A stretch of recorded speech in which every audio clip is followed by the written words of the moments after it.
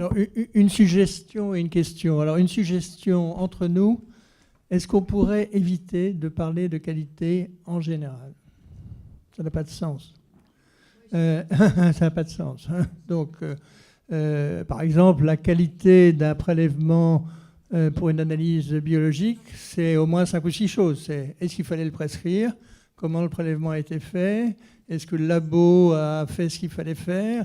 Est-ce que le résultat d'examen est revenu suffisamment vite? Donc voilà, il y a quand même beaucoup de choses qui ont été écrites.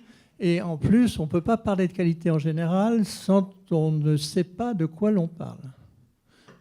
Et par ailleurs, et je termine, la qualité est indissociable du prix. Alors, je ne sais pas si certains d'entre vous se souviennent d'un film qui s'appelait Marius et Jeannette, qui se passait à Marseille. Mais bref, on donne à Jeannette un menu sans prix. Alors ça l'énerve quand même, ma femme d'ailleurs. Et il dit, mais comment peut-on juger de la qualité s'il n'y a pas le prix? Et c'est vrai. Donc on ne juge pas la qualité d'un hôtel 3 étoiles comme d'un hôtel 5 étoiles. Et le prix, c'est pareil pour les automobiles. Donc, bref. Donc essayons de ne pas parler de qualité en général. Ça nous aiderait, je pense, à faire avancer un peu le schmilblick. Alors, ma question, et c'est pour poursuivre ce que dit Anne-Marie, c'est une question donc à Anne-Marie, c'est est-ce que, moi je partage ton diagnostic, mais est-ce qu'on peut le faire sans toucher à la superstructure? C'est-à-dire que le système hospitalier est bureaucratique et corporatiste. Donc corporatiste parce qu'en France, les médecins élisent le président de la CME, alors que dans les pays d'Europe du Nord ou d'Amérique du Nord, le Chief of Medical Staff, il est nommé par l'institution. Donc ce n'est pas la corporation qui le nomme. Par ailleurs, il est bureaucratique dans le que sais-je, l'hôpital que je revois de temps en temps.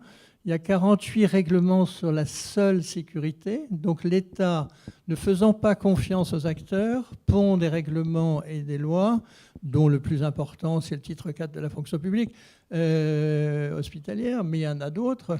Donc est-ce qu'on peut réformer l'hôpital, redonner un sens et une autonomie sans justement revenir à une autonomie locale et à la possibilité pour les institutions les unes après les autres de réinventer et de trouver une solution au problème que soulève Anne-Marie.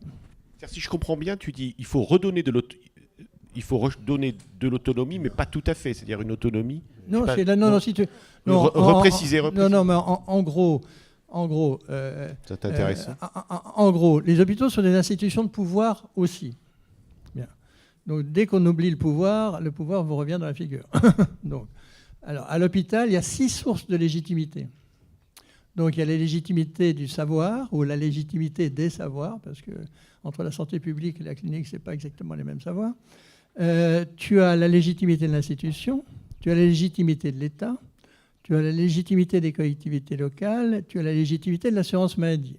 Bon, il se trouve que Sarkozy a fait une réforme soviétique quand il a dit il faut un chef à l'hôpital. Le problème, c'est qu'il s'est choisi comme chef.